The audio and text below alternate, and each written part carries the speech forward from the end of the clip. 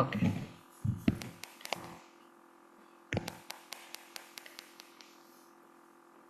అందరికీ నమస్కారం అండి. ఇవాళ అలంకారాల్లో భాగంగా ఫిఫ్త్ యూనిట్ మొదలు పెట్టుకుందాము. ఫిఫ్త్ యూనిట్లో మొట్టమొదటిగా ఆక్షేప అలంకారం నుంచి ఇవాళ నుంచి మొదలు పెట్టుకొని చూద్దాము. ఆక్షేప వినిపిస్తుందండి అందరికీ? బాగుందండి. వినిపిస్తుందండి క్లియర్గా. ఓకే అండి. స్క్రీన్ కూడా కనిపిస్తుంది కదా? కనిపిస్తుంది. ఓకే అండి. గమ్యమాన అలంకారాలు ఇప్పుడు దాకా మనం ఫోర్త్ యూనిట్లో చూసుకున్నాం కదా, దాంట్లోనే ఆక్షేప కూడా ఇంకో కంటిన్యూటీగానే వస్తుంది. గమ్యత్వమేవ ప్రకృత్వం విశేష విషయత్వే నోరరీకృత్య ఆక్షేపాలంకార ఉచ్యతే. అంటే ప్రకృతమైన గమ్యత్వాన్నే విశేషమైన విషయంగా స్వీకరించి ఆక్షేపాలంకారం చెప్పబడుతుంది. దీన్ని ఇంకా వివరంగా తెలుసుకోవాలంటే ఒకసారి సూత్రం చూసుకుంటే మనం దాన్ని ఇంకా వివరంగా మనకి అర్థమవుతుంది. ఉక్తవక్ష్యమాణయో ప్రాకరణయో విశేష ప్రతీతార్థం నిషేధాభాస ఆక్షేప. అంటే ముందుగా చెప్పబడినది, అంటే ఉక్తవక్ష్యమాణయో ప్రాకరణయో ముందుగా చెప్పబడినవి, చెప్పబడబోతున్నవి అయిన ప్రాకరణయో అంటే ప్రకృత వస్తువుల యొక్క విశేష ప్రతీతి కోసమే అది నిషేధించబడినట్లు భాషించటం. అంటే ఈ ఆక్షేపాలంకారంలో నిషేధింపబడినట్లు భాషిస్తుంది, దాన్ని ఆక్షేపాలంకారం అని అనుకుంటాం. దానికి ఒక ఉదాహరణ సూత్రంగా తీసుకుంటే పేజ్ నెంబర్ 143లో 143 శ్లోకం 317 317లో ఒక శ్లోకము. బాలక నాహం దూతి తస్యాహ ప్రియోసీతి నాస్మద్వ్యాపారః సా మ్రియతే తవ అయశః ఏతద్ ధర్మాక్షరం భణామః అని. ఈ శ్లోకాన్ని చూసుకుంటే మనకి ఇంకొంచెం ఈజీగా ఈ సూత్రాన్ని మనం అర్థం చేసుకోగలుగుతాం. ఇక్కడ ఏమంటుంది, బాలక అంటే ఒక దూతి ఒక నాయకుడి దగ్గరికి వెళ్ళి మాట్లాడుతున్న సందర్భంలో తీసుకున్న శ్లోకం ఇది. దీనికి అర్థం ఏంటంటే, బాలక ఓ అబ్బాయి, అహం నేను నా దూతినహ నేను దూతిని కాదు, తస్య అంటే ఆమె ఎవరి నాయకురాలు గురించి చెప్పాలని వచ్చిందో దూతిగా, దూతి అని కాకుండా అని చెప్తూనే తస్య ఆమెకు ప్రియ అసి ఇది నీవు ప్రియుడవు అనేది నా అస్మత్ వ్యాపార నాకు సంబంధించిన విషయం కాదు. సా ఆమె మ్రియతే మరణిస్తోంది. అటువంటి సందర్భంలో తవ నీకు అమశః ఆమె కనుక మరణించిందంటే నీకు అపకీర్తి కలుగుతుంది. ఏతద్ ధర్మాక్షరం ఈ ధర్మ మాటలను బణామహ చెబుతున్నాను అంటుంది. అంటే ఏంటంటే ఇక సూత్రాన్ని మనం చూసుకుంటే ఉక్తవక్షమాణయో ప్రాకరణికయో విశేష ప్రతీతార్థం నిషేధాభాస ఆక్షేప అన్నారు కదా. సాధారణంగా ప్రస్తుతం ప్రాకరణం నిషేధించకూడదు అని అది విధించబడినట్టుగా ఉండాలి. ఒకవేళ ఆ నిషేధం చేసినా అది బాధింపబడిన స్వరూపం కలది అవుతుంది. అంటే నిషేధంగా పనికిరానిది అవుతుంది. నిషేధం వంటిదే అవుతుంది కానీ నిషేధం కాదు, అభాస కలుగుతుంది అనమాట. నిషేధ భాష అభాస కలుగుతుంది. ఈ శ్లోకంలో తాత్పర్యం ఏమిటి, నేను దూతిని కాదు అని అంటుంది అని అంటూనే మళ్ళీ నేను ఇక్కడ నేనేమి ఆమె కోసం రాలేదు చెప్పడానికి, ఇలా అంటూనే నాయకు యొక్క విరహ వేదనను వర్ణించింది. అంటే నాయకుడి దగ్గరికి వెళ్ళి నేను దూతిని కాదు, నేనేమి ఆమె తరఫున మీ దగ్గరికి రాలేదు, కానీ నేను మీకు మంచి మాట చెప్పాలని వచ్చాను, నేను దూతిని కాదు, నాయకులను గట్టిగా నమ్మకంగా కలపగలను అనే విశేషమైన నమ్మకం కలిగిన దూతి మాట్లాడుతున్నట్టుగా ఇదే ఆక్షేపాలంకారం అని అర్థం చేసుకోవాలి. ఇంకొక పాయింట్లో చూస్తే, దూతికను అని చెప్తూ నీ కోసం విరహవేదంతో ఆమె చనిపోతే నీకు చెడ్డ పేరు కదా, అందుకే ధర్మమైన మాటలు చెప్పడానికి వచ్చాను, అంతేకాని నీవు ఆమెకు ప్రియుడు కాదా అనేది నాకు అక్కర్లేదు, కానీ ఆమె మాత్రం నీవు లేకపోతే మరణిస్తుంది కనుక నువ్వు తప్పనిసరిగా ఆమెను కలువు అంటూ దూతి మాదిరిగా మాట్లాడుతుంది. నేను దూతిని కాదు అంటుంది. నిషేధ రూపం ఏంటి ఇందులో, నేను దూతిని కాదు అనటం. నాహం దూతి శ్లోకంలో ఉన్న వర్డ్ తీసుకుంటే గమ్యమానం ఏమిటి, దూతిని కాదు అంటూనే దూతిలాగా నాయకుని కలపటానికి ప్రయత్నిస్తుంది. అట్లా విశేషమైన దూతిత్వాన్ని ఆక్షేపించబడినది కాబట్టి ఇది ఆక్షేపాలంకారం అంటాం. ఈ ఆక్షేపాలంకారాల్లో కూడా 2 రకాలు ఉంటాయి, ఉక్త విషయం, వక్ష్యమాణ విషయం. మళ్ళీ ఉక్త విషయం కూడా 2 పాయింట్లు ఉంటాయి. చెప్పబడిన వస్తువును నిషేధించటం, రెండో పాయింట్ ఆ విషయం చెప్పబడే తీరును నిషేధించడం. 2 రకాలు ఉన్నాయి. వక్ష్యమాణ విషయంలో ఇష్టమైన విషయాన్ని నిషేధించడం అని, కొంత చెప్పి మరి కొంత చెప్పకుండా నిషేధించడం 2 రకాలు ఉన్నాయి. ఇప్పుడు మనం ఉక్త విషయంలో చూసుకున్నది ఇప్పుడు పైన చూసుకున్న శ్లోకం మొదటి ఎగ్జాంపుల్ కింద. ఇక్కడ ఏమంటుంది, నేను దూతిని కాదు, నువ్వు ఆయనకి నాయకుడికి ప్రియుడివో ప్రియురాలో మీ మీ ఇద్దరి మధ్య సంబంధం ఏమిటో నాకు తెలీదు, కానీ మంచి మాటలుగా చెప్పడానికి వచ్చాను. నువ్వు లేకపోతే ఆమె మరణిస్తుంది, కలవకుండా ఉండకు, తప్పనిసరిగా ఆమెను కలువు, నువ్వు లేకపోతే ఆమెను మరణిస్తుందని దూతి కాదంటూనే దూతిలాగా వ్యవహరిస్తూ ఇద్దరి మధ్య మధ్యవర్తిత్వం ఆ రాయబారం చేయటానికి అన్నట్టుగా హితవు పలుకుతున్నానంటూనే విశేషమైన దూతిత్వాన్ని ఆక్షేపించింది అనమాట. ఈ విధంగా ఇది మొదటి శ్లోకంలో మనం చూసుకోవచ్చు. రెండవ శ్లోకానికి చూసుకుంటే దీనికి 318 పేజ్ నెంబరు. ప్రసీదేతి బ్రూయామిదమసతి కోసే న ఘటతే కరిష్యామ్యేవం నో పునరతి భవేదభ్యుపగమః నమే దోషోస్థితి త్వమిదమపి హి జ్ఞానాసి మృషా కిమేతస్మిన్ వక్తుం క్షమమితి నవేద్మి ప్రియతమే. ఈ శ్లోకంలో కూడా ఇంకో రకంగా మనం ఆక్షేపాలంకారాన్ని అర్థం చేసుకోవచ్చు. ఇక్కడ ఏమంటుంది, నాయక పట్ల ప్రణయాపరాధం చేసిన నాయకుడు ఆమెను ప్రసన్నురాలను చేసుకుంటూ ఇట్లా అంటున్నాడు. ఏమంటున్నాడు, నాయక పట్ల ప్రణయ అపరాధం చేసిన నాయకుడు ఆమెను ప్రసన్నురాలను చేసుకోవడానికి ఏ విధంగా అంటున్నాడు అనేది ఈ శ్లోకంలో చెప్తున్నాడు. ఓ ప్రియ, నీవు నాకు ప్రీతమురాలివి, అంటే ఎంతమంది నాయకులున్నా వారందరికంటే నువ్వే ప్రీతిపాత్రులాలి. నేను నీ పట్ల అపరాధం చేసింది నిజమే, అందరికంటే నీవంటేనే నాకు ఇష్టం అని అంటున్నాడు, కానీ నేను నీ పట్ల అపరాధం చేసింది నిజమే అంటున్నాడు. కానీ నిన్ను ఏమి చెప్పి అనునయించాలో నాకు తెలియటం లేదు అని కూడా అంటున్నాడు. ఆ తాత్పర్యంలో ఆ శ్లోకంలో చూస్తే, నా పట్ల కోపపడకు, ప్రసన్నురాలివిక అందామంటే నీకు నా మీద కోపం లేకపోతే ఆ ప్రార్థన పొసగదు కదా. సరే, ఈ తప్పు మళ్ళీ ఇంకోసారి చెయ్యను అందామంటే ఇప్పుడు తప్పు చేశానని ఒప్పుకున్నట్లే కదా. అట్లే నేను దోషం చేయలేదు అందామంటే అది అబద్ధమని నీకు తెలుసు. సో ఇప్పుడు నేను ఏం చెప్పాలో తెలియకుండా ఉన్నది అంటూ నాయకుడు తను చేసిన తప్పును ఒప్పుకుంటున్నాడు. అట్ ద సేమ్ టైం నేను ఇట్లా ఇంకెప్పుడు చేయను అంటున్నాడు, చేయలేదు అంటున్నాడు, ఇంకెప్పుడు చేయను అంటున్నాడు. ఇక్కడ నాయకుడు నాయకుతో తను చెప్పదలుచుకున్నవన్నీ చెప్పి అవి నిరర్ధకాలుగా అని ఆక్షేపించాడు. తన అపరాధాన్ని ఒప్పుకున్నాడు, కానీ అతను నిషేధిస్తున్నది ఆ ఒప్పుకోవటం అనేది జరగవలసిన తీరు. ఆమెకున్న కోపాన్ని పోగొట్టాలి కదా, అందుకని తన అపరాధాన్ని ఒప్పుకుంటున్నాడు, కానీ ఆ ఒప్పుకోవటం అనేది ఈసారికి వదిలేసేయి అనేటట్టుగా ఉన్నది. నాయకుడు ఆమెను ప్రసన్నురాలను చేసుకోవాల్సిన తీరుని నిషేధించి ఆమెను నీవు ప్రసన్నురాలు కా అన్నట్టుగా స్ఫురింపజేస్తున్నాడు. నేనేదో చేసేసాను, నువ్వు ఇంకా క్షమించేసే, నువ్వే సర్దుకుపో అన్నట్టు ఆమెకి కన్విన్స్ చేయడానికి ట్రై చేస్తున్నాడు. నీవే తగ్గి నీ కోపాన్ని తగ్గించుకొని పో అని అంటున్నాడు అనమాట. ఈ శ్లోకంలో ఏమంటున్నాడంటే, నాయకుడు ఇంకేం చెప్పాలో తెలియక తను ఏమేమి అనదలుచుకున్నాడో చెప్పి అవి నిరర్ధకాలని ఆక్షేపించాడు. అందువల్ల ఇది ఉక్త విషయ వస్తు కదా అని ఆక్షేపం అనే భేదంలోకి అవుతుందన్నమాట. నాయకుడు తన అపరాధాన్ని ఒప్పుకుంటున్నాడు, కానీ అతను నిషేధిస్తుంది ఆ ఒప్పుకోవటం అనేది జరగవలసిన తీరుని. ఎలా, నేనైతే తప్పు చేసేసాను కానీ ఇంకెప్పుడు చేయను అని తన ఒప్పుకోబడినాడు. నువ్వే సర్దుకొని పో, నువ్వే అడ్జస్ట్ అవ్వు, నువ్వే ఈసారికి ఎలాగోలా కాంప్రమైజ్ అవ్వు అదే అన్నట్టుగా ఆమెని కన్విన్స్ చేస్తున్నాడు తప్ప, నేను తప్పు చేశాను అది నాకు తెలుసు కానీ ఇప్పుడు ఒప్పుకోవాలంటే తను ఎలా ఒప్పుకోవాలని అర్థం కానట్టు కొంత నిషేధిస్తున్నాడు, కొంత ఆభాసిస్తున్నాడు. అందువల్ల ఈ శ్లోకంలో కూడా మనం ఆక్షేప అలంకారానికి ఆ సూత్రాన్ని కరెక్ట్గా తీసుకోవచ్చు.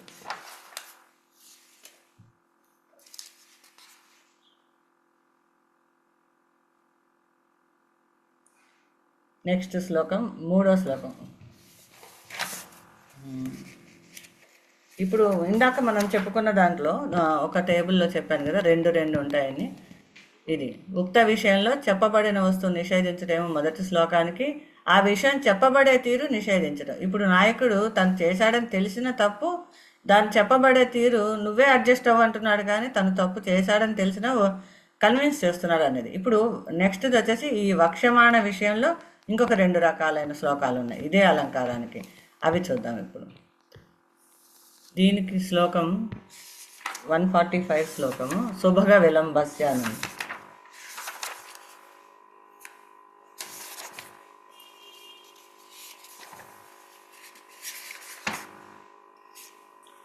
పేజ్ నెంబర్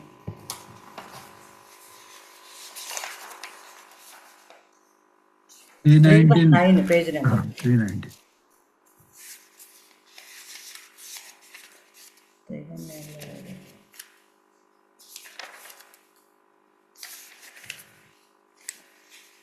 ఒక్క నిమిషం, పేజ్ నెంబర్ ఇదే 319లోనే సుభగ విలంబస్య స్తోకం యావదిదం విరహకాతరం హృదయం సంస్థాప్య భణిష్యామి అథవా వ్రజస్య కిం భణామహ.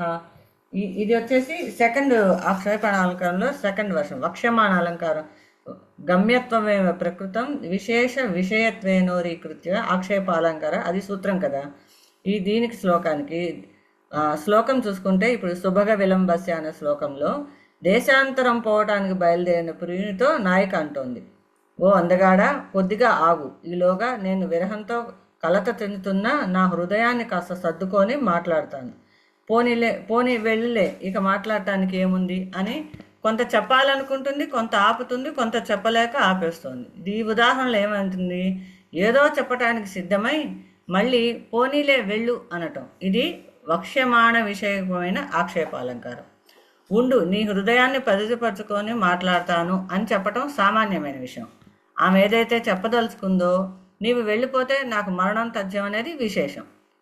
ఇంకొకసారి చెప్తాను, ఇది ఆమె హృదయాన్ని పదిలిపరుచుకొని మాట్లాడతాను, ఒక్క నిమిషం ఉండు అని ఆపుతోంది. అది సామాన్యం. జనరల్గా ఎవరైనా వెళ్ళిపోతూ ఉంటే ఇంకొంచెం సేపు ఉంటే బాగుంటుంది, మళ్ళీ ఎప్పుడు తిరిగి వస్తాడు అని బాధపడుతున్నట్టుగా ఇంకొంచెం సేపు ఉండు అని అడుగుతున్నది. కానీ ఆయన ఎట్లా ఉండడు, వెళ్ళిపోతాడు అని తెలిసింది కాబట్టి ఆమె ఏదైతే చెప్పదలుచుకుందో, నీవు వెళ్ళిపోతే నాకు మరణం తథ్యం అనేది విశేషం. ఇక్కడ సామాన్యం చెప్పబడి విశేషం నిషేధించబడింది. నువ్వు వెళ్ళిపోతే నేను చనిపోతానన్న మాట చెప్పటం లేదు, కానీ నువ్వు వెళ్ళిపోతే నాకేమవుతుందో అని అంటుంది. ఆ విషయాన్ని ఆమె అక్కడ డైరెక్ట్గా చెప్పట్లేదు, ఆపేస్తుంది చెప్పకుండా కంప్లీట్గా. ఈ నిషేధం ద్వారానే ఆ విశేషం యొక్క ప్రతీతి మరింతగా కలుగుతోంది. ఈ శ్లోకం ద్వారా ఏంటంటే కొంత చెప్పి కొంత చెప్పకపోవటం అనేది ఈ ఉదాహరణలో మనం చూసుకోవచ్చు అన్నమాట. ఆక్షేపం ఏంటంటే చెప్పాలనుకుంటుంది చెప్పకపోవటం, కంప్లీట్ చేయకుండానే ఆపేయటం. కానీ మనకేమో అర్థమవుతుంది ఏం చెప్పాలి, నెక్స్ట్ ఏమవుతుంది, తను లేకపోతే తను ఎలా ఉంటుంది, ఉండలేకపోతాను, నువ్వు వెళ్ళిపోతున్నావు, నువ్వు వెళ్ళిపోతే నా పరిస్థితి ఏంటి అనేటువంటి అన్ని పాయింట్లు తను చెప్పలేకపోయినా కొంత చెప్పి కొంత చెప్పకపోవటం వల్ల దీన్ని కూడా ఆక్షేపాలంకారం కింద మనం ఎగ్జాంపుల్ కింద తీసుకోవచ్చు. దీనికే సేమ్ ఇలాగే ఉండేది దాని కింద శ్లోకం కూడా. జ్యోత్స్న తమ పికవచ క్రకచస్తు శారః క్షారో మృడాల వలయాని కృతాంతదంత సర్వం దురంత మిదమధ్య శిరీష మృద్వి సా నూనామహ కిం అథవా హతజ్వలితేన. ఈ శ్లోకం కూడా సేమ్ అలాగే ఉంటుంది. ఇక్కడ కూడా ఇంకొక దూతి, ఇందాక చెప్పుకున్నట్టుగా ఒక దూతి తను చెప్పదలుచుకున్న విషయాన్ని చెప్పకుండా ఆగిపోవటం, కొంత చెప్పటం కొంత నిషేధించటం, కొంత ఆభాస కలగటం కొంత కలగపోవటం అన్నట్టుగా ఉంటుందన్నమాట. ఈ శ్లోకంలో కూడా దూతి తాను చెప్పబోతున్న విషయాన్ని చెప్పకుండా ఆగిపోయింది కనుక ఇది వక్షమాణ విషయకమైన ఆక్షేపం. ఇందులో కూడా ఆమె సుకుమారి అయినా ఆమె నిశ్చయంగా అని చెడు మాటలు మాట్లాడకు అంటూ తాను చెప్పదలుచుకున్న దాన్ని పూర్తిగా నిషేధించింది. అంటే కొంత చెప్పటం జరగగా కొంత అంశాంతరంలో మరొక భాగం నిషేధించబడి ఉంటుంది. ఆమె అట్లా వాక్యం సగంలో ఆపి మిగిలిన వాక్యాన్ని పూరించకుండా వదిలేయటం వలన ఆ నాయిక మరణిస్తుంది అనే విషయం మరింత బలంగా ప్రతీయమానం అవుతుంది. ఈ విధంగా మనకి ఆక్షేప అలంకారాల్లో కంటిన్యూటీగా ఉండే మిగతా శ్లోకాలన్నీ కూడా 147, 148 నుంచి 153 దాకా ఇవే అలంకారాల గురించి ఇది కాదు ఇది కాదు, ఇది ఇందువలన ఈ ఆక్షేపాలంకారం కాదు అని చెప్పారు. అందువల్ల నేను తీసుకోలేదు. వాణి గారు కూడా అన్నీ అవసరం లేదమ్మా, అలంకారానికి రెండు చూసుకుంటే సరిపోతుంది, కాదు అన్నవి నేర్చుకోవాల్సిన అవసరం లేదు అన్నారు. అందువల్ల ఆ శ్లోకం నెంబర్స్ నేను ఇక్కడ మెన్షన్ చేశాను. 147, 148, 149, 150, 151 ఇవన్నీ కూడా అన్ని శ్లోకం అంతా చెప్పి దాంట్లో అందువలన ఇది ఆక్షేప అలంకారం కాదు అన్నట్టుగా చెప్పారనమాట. అందువల్ల నేను అవి ఇక్కడ తీసుకోలేదు. మనకి అంత డీటెయిల్గా అడుగుతారో అనేది ఐడియా లేదు. ఏవైతే ఆక్షేప అవుతున్నాయో అవి ఒక్కొక్క దానికి రెండు శ్లోకాల కింద తీసుకున్నాను. అన్నీ సేమ్గానే ఉంటాయి. ఇప్పుడు ఇంకొక శ్లోకాన్ని తీసుకున్నా 154th శ్లోకం అంటే 331లో చూడండి ఒకసారి. గచ్చసి చేత్కాంత పంథానః సంతు తే శివాః మమాపి జన్మ తత్రైవ భూయాద్యత్ర గతో భవాన్. ఈ శ్లోకం కూడా సేమ్ మీనింగ్తోనే ఉంటుంది. ధనార్జన నిమిత్తం దేశాంతరం బయలుదేరుతున్న భర్తతో అతని భార్య ఇట్లా అంటోంది: ఓ ప్రేతమా, నీవు తప్పకుండా వెళ్ళవలసి ఉంటే నేను అడ్డు పెట్టను, వెళ్ళు. నువ్వు వెళ్ళే దారులన్నీ నీకు సుఖాన్ని కలుగజేయి కాక. నేను కూడా నీవు ఉండే ప్రదేశంలోనే జన్మిస్తానులే. అంటే నువ్వు వెళ్ళే ప్లేస్లోనే నేను జన్మిస్తాను అంటే అక్కడ అర్థం ఏమిటి? అతను బయలుదేరగానే తను చనిపోవటం నిశ్చయమని అన్యాపదేశంగా సూచిస్తోంది. నువ్వు వెళ్ళిపోయావంటే నేను ఇంక ఇక్కడ సజీవంగా ఉండటం అనేది జరగదు. నువ్వు లేని రోజునే నేను ఇంక ఇక్కడ మరణిస్తాను. కానీ నువ్వు ఎక్కడెక్కడ తిరుగుతుంటావో అక్కడ నేను మళ్ళీ పునర్జన్మ తీసుకుంటాను. నేను ఇక్కడ మాత్రం జీవించి ఉండను అన్నట్టుగా ఈ గచ్చసి చేత్కాంత పంథ అనహ అనే శ్లోకంలో కూడా సేమ్ అదే అర్థంతో సగం చెప్పి సగం చెప్పకుండా అన్నట్టుగా ఉంటుంది. ఆల్మోస్ట్ ఆల్ ఈ అలంకారంలో శ్లోకాలన్నీ కూడా ఇలాగే ఉన్నాయి. దేశాంతరం వెళ్తున్నది అది ఇప్పుడు తీసుకున్న 2 శ్లోకాలు కూడా అలాగే ఉన్నాయి అన్నమాట. అందువల్ల నేను సేమే ఉన్నాయి కదా అని తీసుకోలేదు. ఒకసారి చూసుకుంటే సరిపోతుంది. ఈ 147 నుంచి ఉన్నవన్నీ కూడా ఇది అందువల్ల ఫలానా కాలం వలన ఇది ఆక్షేప కావు అని ఇచ్చారనమాట.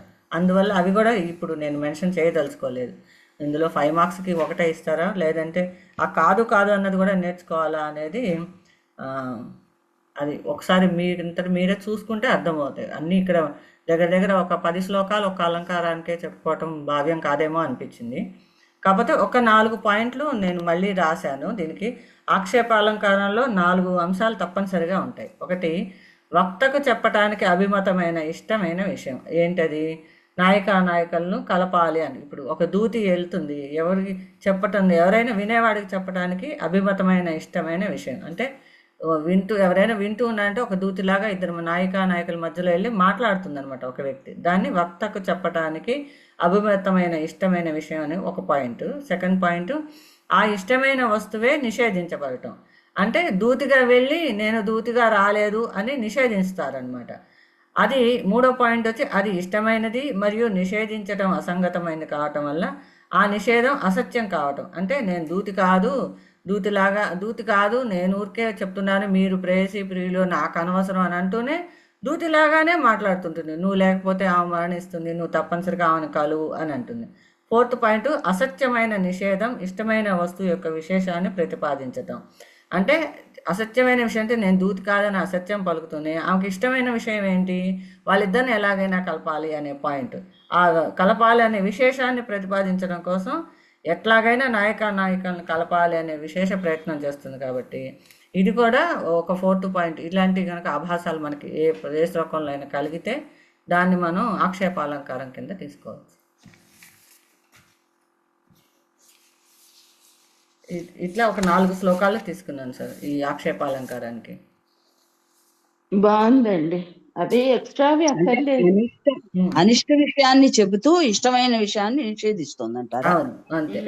కాదు అంటూనే అదే పని చేసి మనకి శ్లోకంలోనే బాగా అర్థమవుతుంది. సూత్రంలో కన్నా శ్లోకం భావం తాత్పర్యం చూసుకుంటే మనకి సూత్రాన్ని ఈజీగా అర్థం చేసుకోగలుగుతున్నాం. డైరెక్ట్గా అంటే చెప్పవలసిన విషయాన్ని చెబుతూ అది మళ్ళీ నిషేధంలో తీస్తూ నిషేధించినట్లు ఆభాస కలగటం, భాషించటం అనమాట.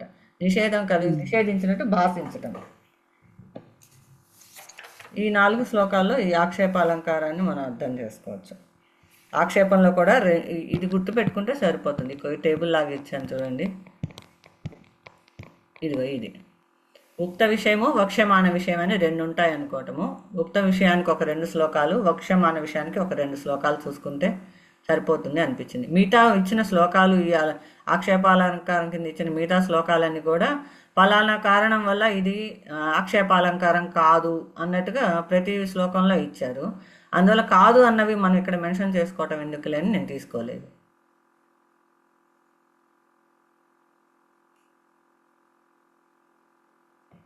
లేదు అవి కూడా చెప్పుకోవాల్సిందే అని ఎవరైనా అనిపిస్తే నేను నెక్స్ట్ క్లాస్లో తీసుకుంటాను అవి కూడా. అక్కర్లేదు అవన్నీ. అంటే ఒక్క అలంకారానికే దగ్గర 9-10 పైన ఉన్నాయి శ్లోకాలు. ఇప్పటికే నేను 4 శ్లోకాలు తీసుకున్నాను ఆక్షేపకాన్ని. అవి కాక వాళ్ళు ఇచ్చిన దాంట్లో మిగతావన్నీ కూడా అది కాదు ఇది కాదు. 147 నుంచి 153 దాకా అవే. ఈ శ్లోకం కూడా ఫలానా కారణం వల్ల ఇది ఆక్షేప కాదు అన్నట్టుగా ఇచ్చారు. లేదా కొన్ని సేమే ఇచ్చారు. దేశాంతరం పోతుందని మనం లాస్ట్ ఇయర్ చదువుకున్నాము. ఇప్పుడు 2 తీసుకున్న శ్లోకాలు కూడా అవే అవుతున్నాయి. దేశాంతరం బయలుదేరుతున్న వాళ్ళకి సంబంధించింది అన్నట్టుగానే ఇస్తున్నారు 2. మనకి వాణి గారి క్లాసుల్లో అయితే ఇన్ని అవసరం లేదు, ఏదైనా అలంకారానికి కాదు అనేది 2 చాలు, డైరెక్ట్గానే 2 అడుగుతారు శ్లోకాలు అని అన్నారు. చాలు. ఉమ్. చాలండి, మీరు చెప్పింది చాలా ఎక్కువ. ఉక్త ఆ, ఉక్తకు 2 చెప్పారు, వక్ష్యమాణకు 2 చెప్పారు, 2 తీసుకున్నాం తర్వాత సార్. అనిష్టకు 1 చెప్పారు. సరిపోతాయి, చాలా ఎక్కువ. అదే అందుకని ఎంతవరకే తీసుకున్నాం సార్. అంటే ఇష్ట అనిష్ట అని 2 భాగాల కింద సపరేట్ గా చెప్పారు, సరిపోతుందండి. ఉమ్. ఇంకోటి కూడా చెప్పమంటారా, విరోధాభాసం కూడా ఇవాళ మీకు టైం ఉంటే చెప్పండి, మీరు చెప్పండి. టైం ఉంది కదా ఇంకా. చెప్పండి. మీరు ప్రిపేర్ అవుతే చెప్పండి. నేను ప్రిపేర్ అయ్యే ఉన్నానండి, నో ప్రాబ్లం. చెప్పండి. ఓకే. అంటే ఈ ఆక్షేపకు ఆపోజిట్ గానే ఉంటుంది కొంచెం, అది కూడా చూసుకుంటే సరే కంటిన్యూటీగానే ఉంటుంది కదా, అది అందుకని అర్థమైపోతుంది ఒకసారి. విరోధ అలంకారం. విరోధ అంటే విరుద్ధాభాసత్వం, విరోధ అంటే విరోధం అనగా విరుద్ధమైనది అని, అభాస అంటే సమసిపోవటం అని అర్థం. సూత్రం ఏంటి ఇక్కడ? విరుద్ధాభాసత్వం అంటే వస్తువులు పరస్పరం విరుద్ధమైనవిగా అభాస కలగజేసేవి కావటం విరోధ అలంకారం. అంటే స్థూల దృష్టికి పరస్పర విరుద్ధమైన భావం గోచరించి సూక్ష్మ దృష్టితో పరిశీలిస్తే ఆ వైరుధ్యం తొలగిపోతే అభాస. ఒక నిమిషం. స్థూల దృష్టికి పరస్పర విరుద్ధమైన భావాలుగా గోచరించి సూక్ష్మ దృష్టితో పరిశీలించిన ఆ వైరుధ్యం తొలగిపోతే అది విరోధాభాస అలంకారం అవుతుంది. ఉదాహరణ శ్లోకం తీసుకుంటే, ఓ రాజా నీ కీర్తి ధారాధరము. ఇది శ్లోకము. ఈ శ్లోకం 136 అండి.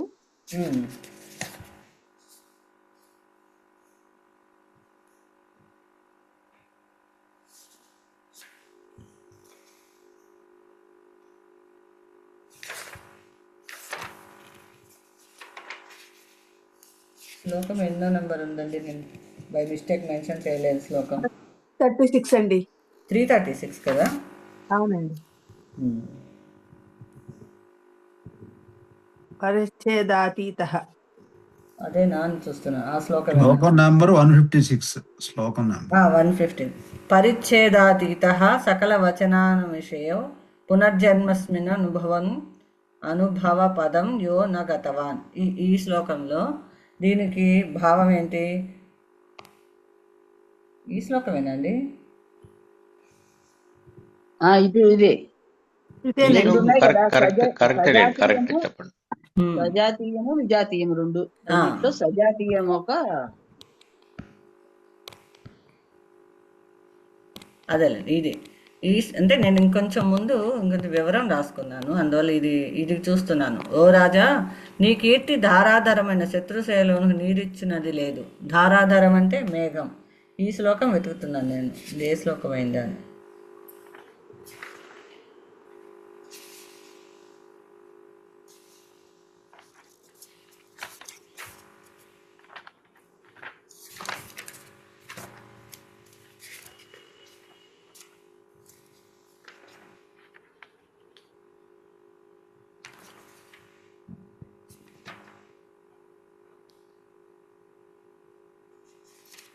ఇది బహుశా ఆయన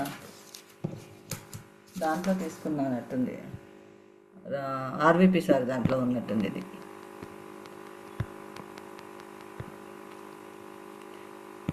ఒక్క నిమిషం, నేను ఆ మెటీరియల్ తీసుకొస్తాను, అందులో ఉన్నట్టు.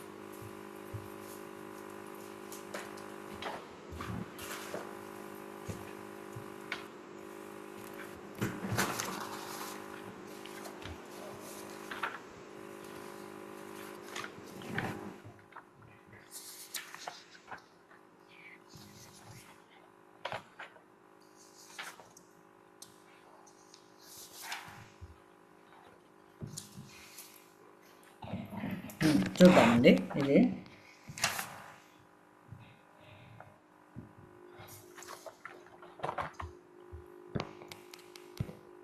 జాతి, గుణ, క్రియ, ద్రవ్యం అనే పదార్థాలు 4 విధాలు. వాటికి సజాతీయులు విజాతీయులకు భేదం కలిగితే అది విరోధాభాస అవుతుంది. అయితే ఈ విరోధం వాక్యం యొక్క అర్థం అన్వయం చేయగానే సమసిపోవాలి. అలా కాకుండా వాక్యార్థంలోకి కొనసాగితే అప్రరూఢ విరోధ దోషం అవుతుంది. ప్రారంభంలో విరోధం యొక్క ఆభాస కలిగి పర్యవసానంలో విరోధం సమసిపోతే అది విరోధాభాస అలంకారం. అంటే ఇంకొకసారి ఇదే మెయిన్ పాయింట్. ప్రారంభంలో విరోధం యొక్క ఆభాస కలిగి పర్యవసానంలో విరోధం సమసిపోతే అది విరోధాభాస అలంకారం అవుతుంది. అంటే ఇందాక నేను చెప్పినట్టు స్థూల దృష్టికి పరస్పర విరుద్ధమైన భావములుగా గోచరించి సూక్ష్మ దృష్టితో పరిశీలించిన ఆ వైరుధ్యం తొలగిపోతే అది విరోధాభాస అలంకారం అవుతుంది. యాక్చువల్గా విరోధాభాస అలంకారంలో 10 భేదాలు ఉన్నాయని బుక్లో చెప్పారు. ఒక జాతి మరొక జాతికి సజీవం అవుతుంది, గుణక్రియ ద్రవ్యాలు విజాతీయులు అవుతాయి అని. ఈ పరస్పర విరోధాభావం 10 భేదాలు, కానీ జస్ట్ అవగాహన కొరకు మాత్రమే. మనం ఇక్కడ తీసుకోవాల్సిన మాత్రం సజాతీయ క్రియా విరోధము, రెండోది వచ్చి విజాతీయ పదార్థాల విరోధానికి మాత్రమే ఉదాహరణ తీసుకుంటాం. ఇప్పుడు ఈ పరిచ్ఛేదాతీత శ్లోకం తీసుకుంటే ఈ శ్లోకం మాలతి మాధవంలోంచి తీసుకున్నారు. విరహం అనే వికారం ఇంత అని చెప్పరానిది, అది మాటల కన్నది అంతే కదా. విరహం అనేది ఎవరి పర్సనాలిటీని బట్టి ఎవరు ఎంత ఫీల్ అవుతున్నా ఇండివిజువల్గా ఉంటుంది తప్ప దానికి ఒక మెజర్మెంట్ ఉంటుంది. అటువంటి ఈ వికారం ఈ జన్మలో అయితే ఇంతకు ముందెన్నడూ నాకు అనుభవానికి రాలేదు. దీనివలన వివేకం నశించి మోహం ప్రబలుతుంది. అది నన్ను లోపల జడీభూతుని చేస్తుంది, అంటే చైతన్యాన్ని హరించి చల్లగా చేస్తోంది, అంటే తాపాన్ని కలుగజేస్తుంది అన్నాడు. ఇక్కడ చల్లదనం వేడి ఒకేసారి కలగవు కదా ఎప్పుడైనా కూడా. అందువల్ల ఇది విరోధం. అంటే ఎక్కడ చల్లదనం ఉంటే అక్కడ మళ్ళీ వెంటనే వేడి పుట్టదు కదా. ఇక్కడ ఒకే శ్లోకంలోనే చల్లదనము వేడి అంటే విరహము, మళ్ళీ నాకు ఆ విరహం లేకపోయినా వివేకం నశిస్తోంది, మోహం ప్రబలుతోంది, అది నన్ను లోపల జడీభూతుని చేస్తోంది, అంటే చైతన్యాన్ని హరించి నన్ను చల్లబడేటట్టుగా చేస్తోంది, నాకు ఆ విరహం వల్ల తాపం కలుగుతోంది అని అంటున్నారు. చల్లదనం వేడి ఒకేసారి కలగవు కాబట్టి ఇది విరోధం యొక్క ప్రతీతి. కానీ నాయక యొక్క వియోగ పర్యవసానంగా ఈ విరోధం తొలగిపోతుంది, అభాస అవుతుంది. అంటే వాళ్ళకి నాయక యొక్క వియోగ పర్యవసానంగా ఈ విరోధం తొలగిపోతుంది. ఈ విరహం అనే వికారం నాయకుడికి తాను ప్రేమించిన మాలతిని పొందలేకపోవటం వల్ల కలిగింది. ఎందుకు వచ్చింది అసలు ఇది? ఎందుకంటే మాలతిని పొందలేకపోయారు కాబట్టి ఇది ఆయనకి ఆ టైంలో అక్కడ విరహం కలిగించి బాధపడుతున్నట్టుగా తను నాకు కలవకపోతే ఏమైపోతుందో, నాకు ఎలా ఉంటుందో అన్నట్టు మాట్లాడుతున్నారు. ఈ శ్లోకంలో వర్ణించబడిన జడీకరణం తాపకరణం అనేవి పరస్పర విరుద్ధమైన క్రియలు. అంటే వేడి పట్టడం, చల్లదనం, వేడి అనేవి. లోకంలో ఒకే వస్తువు వలన చల్లదనము వేడి ఒకే సమయంలో కలగవు కదా. అందువలన ఇక్కడ విరోధం యొక్క ప్రతీతి కలిగింది. ఈ విరహం అనే వికారం నాయకుడు తాను ప్రేమించిన మాలతిని పొందలేకపోవడం వల్ల కలిగింది. విరహం ఎందుకు కలిగింది? నాయకుని పొందలేకపోయాడు కాబట్టి అందువల్ల తనకి ఆ భావన కలిగింది. లోకంలో ఏ వస్తువైనా జడీకరణ తాపకరణాలే పరస్పర విరుద్ధ క్రియను కలగజేయవచ్చు, కానీ విరహం మాత్రం వాటిని కలగజేయదు. ఎప్పుడైతే ఈ శ్లోకంలోని వస్తు సౌందర్యం నాయకుడు తాను ప్రేమించిన నాయక యొక్క వియోగంతో బాధపడుతూ ఉండటం అనే అర్థంలోకి పర్యవసాన్ని పొందుతుందో అప్పుడు మొదట ప్రతీయమానమైన విరోధం సమసిపోయి విరోధాభాసం అవుతుంది. కనుక ఇది సజాతీ క్రియ విరోధానికి ఉదాహరణగా ఈ శ్లోకాన్ని తీసుకోవచ్చు. రెండవ శ్లోకం విజాతీయ పదార్థాలకు తీసుకుంటే ఇది వచ్చి 157 శ్లోకం, 337 పేజ్ నెంబరు. ఆర్విపి సార్ కొత్త మెటీరియల్ ప్రింట్ చేసి ఇచ్చారు, అందులో అయితే 86 పేజీలో, పాత బుక్లోనే 86 పేజీలో ఉంటుంది. అయం వారామేకో నిలయ ఇది రత్నాకర ఇది శ్రితోస్మాభిసృష్ట తరళిత మనోభిర్లజ్జనిధి క ఏవం జానీతే నిజకర పుటి కోటరగతం క్షణాదేనం తామ్యత్తి మిమ కరమా పాస్యతి ముని. ఈ శ్లోకంలో కూడా ఇక్కడ ఏమంటున్నారు ఈయన తాత్పర్యం అంటే, సముద్రుడు, నేను ఇక్కడ ప్రతిపాదన రాశాను అవసరం లేదు, సముద్రుడు సమస్తమైన నదుల యొక్క జలము చేరే ఏకమాత్ర స్థానం కదా. ఎక్కడైనా నదులన్నీ కూడా సముద్రాన్ని కలుస్తాయని అనుంటే ఇక అనర్ఘ్య వస్తువులకు పుట్టినిల్లు కదా అనే ఆశలో మేము సముద్రాన్ని చేరాము. కానీ అగస్త్య మహాముని అంతటి వాడు ఆ మహాసముద్రాన్ని ఒక్క మాటగా తన దోషిట్లో తీసుకొని తాగేస్తాడని మాకేం తెలుసు అంటున్నాడు. ఈ శ్లోకంలో ఏంటి? సముద్రం అనేది ద్రవ్యం, జలనిధి సముద్రం జలనిధి అయిన సముద్రం తాగబడింది అని వర్ణించడం వలన ఆ ద్రవ్యానికి పానం అనే క్రియకు మధ్య విరోధం యొక్క ప్రతీతి కలిగింది.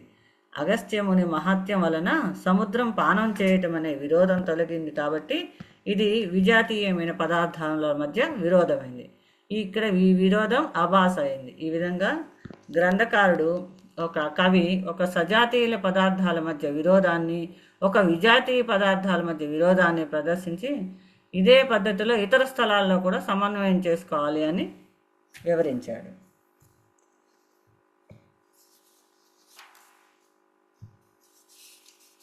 ఈ విరోధాభాస కూడా 2 శ్లోకాలు.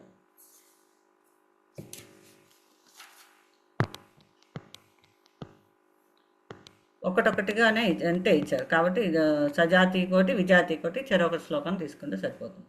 ఈ విజాతి ఇంకొకసారి చెప్పగలరా? చెప్తానండి.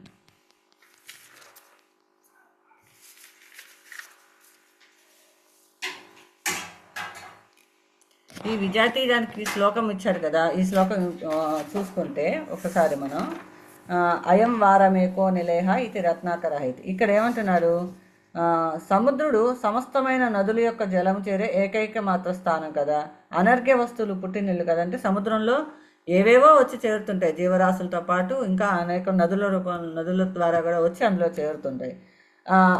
అనర్ఘ్య వస్తువులకు పుట్టినిల్లు కదా ఆశతో మేము సముద్రాన్ని చేరాం. కానీ అగస్త్య మహాముని అంతటి మహాసముద్రాలను ఒక్క మాటగా తన దోసిట్లో తీసుకొని త్రాగేస్తాడని మాకేం తెలుసు అంటున్నాడు. దీనికి ప్రతిపదార్థంలో చూసుకుంటే మనకు ఈజీగా అర్థమవుతుందండి. అయం ఇతడు వారాం నీటికి ఏకహ నిలేహ ఒక్కడే అయిన నిలయమని, రత్నాకర రత్నాలు అనర్ఘ్య వస్తువులకు పుట్టిల్లని, తృష్ణా తరళిత మనోభిహి దాహం చేత అంటే ఆ అనర్ఘ్య వస్తువులకు ఆశ చేత, తరళిత చంచలంగా చేయబడిన, మనోభిహి మనస్సు కలవారైన, అస్మాభిహి మా చేత, జలనిధి సముద్రుడు శ్రిత ఆశ్చర్యించబడ్డాడు. అంటే సముద్రంలో ఏవో రత్నరాశులన్నీ దొరుకుతాయి అన్నట్టుగా వెళ్దామన్నట్టు అక్కడికి వెళ్ళారు. అగస్త్యముని ఏనం ఆ సముద్రాన్ని క్షణాత్ ఒక క్షణంలో నిజకర పుట్టి కోటరగతం తన యొక్క దోసలి అనే బిలంలో ఉన్న దానిని గాను, గిలగిలలాడుతున్న తిమి చేపలు మకర ముసళ్ళు కనదాని గాను చేసి ఇట్లా తాగేస్తాడని నజానీతే ఎవరు ఎరుగుదురు అని దాంట్లో ఇచ్చారు. ఈ శ్లోకంలో సముద్రం అనేది ద్రవ్యం, సముద్రం అనేది ఒక మెయిన్ ద్రవ్యం. జలనిధి అయిన సముద్రం తాగబడింది అని వర్ణించడం వలన ఆ ద్రవ్యానికి పానం అనే క్రియకు, ద్రవ్యాన్ని ఏం చేశాడు అగస్త్యముని పానం చేసేసాడు. మధ్య యొక్క విరోధం, సముద్రం మొత్తం తాగేస్తాడని ఎవరు అనుకోలేదు, అక్కడికి వెళ్ళారు కానీ ఆ సముద్రం మొత్తం అగస్త్య మహాముని తాగేస్తాడనే క్రియ జరిగిపోయింది. ఈ రెండింటి మధ్య విరోధం కలిగింది. సముద్రం తాగబడటం అనేది అసంభావ్యమైన విషయం కదా, కానీ ఆ పానం అనే క్రియకు కర్త అగస్త్య మహర్షి కనుక ఆ మహర్షి అందున్న మహామహిమత్వం గల జననిధి అనే ద్రవ్యానికి పానం అనే క్రియకు ఉన్న విరోధం సమసిపోయింది. మహాప్రభావం కల మహర్షులకు అసాధ్యమేముంటుంది. ఈ విధంగా ప్రారంభంలో ప్రతీమానమైన విరోధం పర్యవసానంలో సమసిపోవటం వలన అది విరోధాభాసమైంది. మొదట్లో అది అసలు జరగని పని అనుకున్నారు కానీ జరిగింది. ఈ విధంగా గ్రంథకారుడు సజాతీయ పదార్థాల మధ్య విరోధాన్ని, ఒక విజాతీయ పదార్థాల మధ్య విరోధాన్ని ప్రదర్శించి ఇట్లాగే మిగతా ప్లేసుల్లో కూడా చూసుకోవాలని సమన్వయం చేసుకోండి అని చెప్పారు. థ్యాంక్స్ అండి, బాగుంది.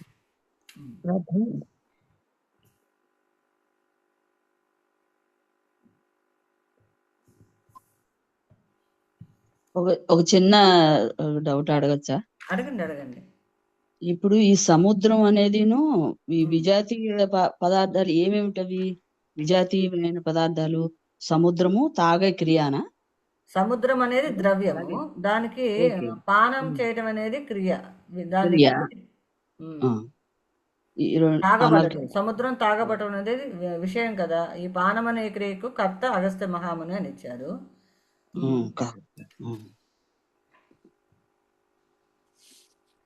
స్వాతి గారు పర్మిట్ చేస్తే ఒక చిన్న విషయం క్లారిఫై చేయనా అన్నపూర్ణ గారికి? చెప్పండి సార్.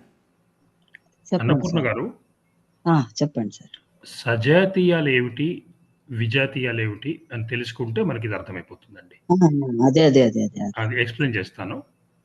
ఒక పదార్థానికి లేదా శబ్దానికి 4 ఉంటాయి కదా, జాతి, గుణ, క్రియ, ద్రవ్యం. అవునా? 4 4 ఉంటాయి. ఒకవేళ ఒక జాతికి ఇంకొక జాతికి విరోధం చెప్పి ఆభాస అయితే అది సజాతీయం అవుతుంది.